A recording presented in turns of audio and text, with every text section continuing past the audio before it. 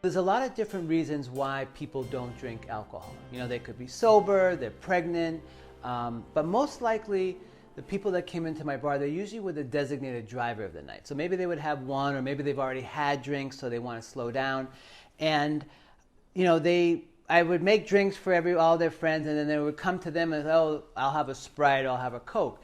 And I was always a little bit disappointed from that, which is really why I took on trying to make mocktails for everybody, so cocktails that are virgin-based, that don't have alcohol, is I really wanted to engage everybody.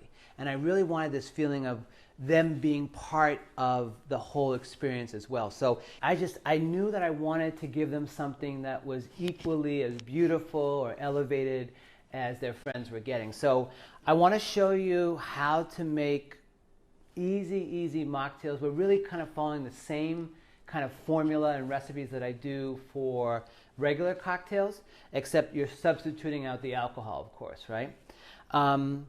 And this is easy, it's fun, and most importantly, you want to make it feel special. That's the hope. That's what I really found the most is, yes, they didn't want booze, but they wanted something equally as pretty or equally as beautiful or equally as fun. And that's what we want. That's what I'm going to do, is just kind of like introduce you to just how to do it. So we are going to stick with a very simple formula. So it's going to be 2 ounces or 3 ounces, depending of whether you use a sparkling water. I love using kombucha as the base. You know, kombucha is a fermented tea and fruit juice kind of, you can get these everywhere. They're at Whole Foods, they're at most places. But what I love about using a kombucha is they have all these different flavors. So you're adding another layer of flavor into the mocktail. A mocktail really is just a cocktail that doesn't have alcohol in it, okay? And we are going to use, so I put a few things here just to give you an idea. So there's 3 different herbs here. I have mint, basil, and sage. And then I've got 3 different fruits that you can probably get at any market. Blackberries, red grapes, and kumquats. And you can use any combination, you can use any fruit, anything you have. But what I like to think of is take 1 herb and take 1 fruit, so you've got that. And then it's going to be 3/4 of an ounce of an agave syrup or a sugar syrup, and then 3/4 ounce of a citrus, a lime or a lemon. So what I'm going to do is I'm going to just play. Let's do basil and grapes. So I'm going to put like 3 or 4 basil leaves, and I'll put about, let's see here, 5 or 6 grapes, and we'll do 3/4 of an ounce of an agave syrup. This is a 1-to-1 ratio of agave nectar to water, okay? And I also have a video on how to make an agave syrup here. And then 3/4 ounce of fresh lemon juice or lime juice. So it's whatever citrus you want. We muddle that up. So you want to smash it all together and get all those flavors together. I love using these OXO muddlers. They have teeth on it and they really kind of break up all the flavors.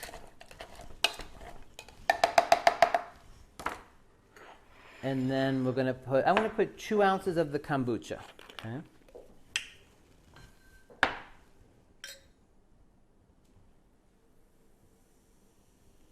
So there you go. You've got this. I'm using actually a watermelon. This is something I love to use. I love making like a mojito for my kids. They're 7 years old, twin boys, and I use the watermelon. It's a really great flavor. So this is watermelon.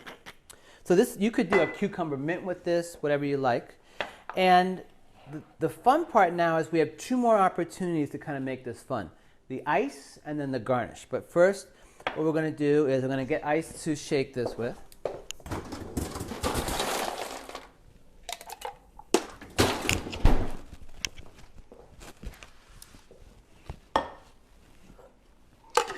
And then again, like the whole point of this is, yes, giving them a delicious virgin cocktail, but also making it fun and beautiful and ways of making it interesting. So we obviously have to use ice. You can use different kinds of ice. You can do different things to the ice. But let's have fun. I'm going to take something in place of an ice cube. And I froze an apple. So I took this Honeycrisp apple. You could use peaches when they're in season. This is going to be my ice cube, right? So this is my ice cube. It's cold. This is what's going to keep the drink cold, and it's different, right? And it would really make sense if I was doing something with apples or an apple kombucha or using sparkling apple cider or using apple juice in this. But let's give this a good shake.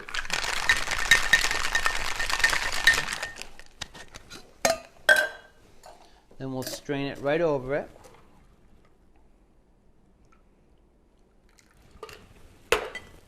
And then let's cut. Any kind of flower would work for this. These are just some really nice flowers that were outside that I liked a lot. And also what's nice about choosing a different flower is just adding some nice color to that, you know, and a little bit of vibrancy to the mocktail. A bit deeper.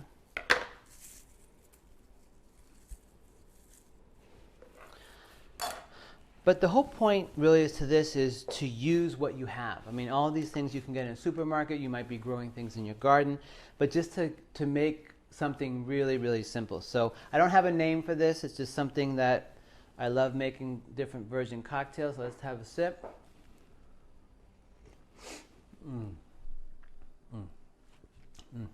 That kombucha is great. And then you taste that hint of basil and the hint of grapes, but that's what I really want to, I can't reiterate enough.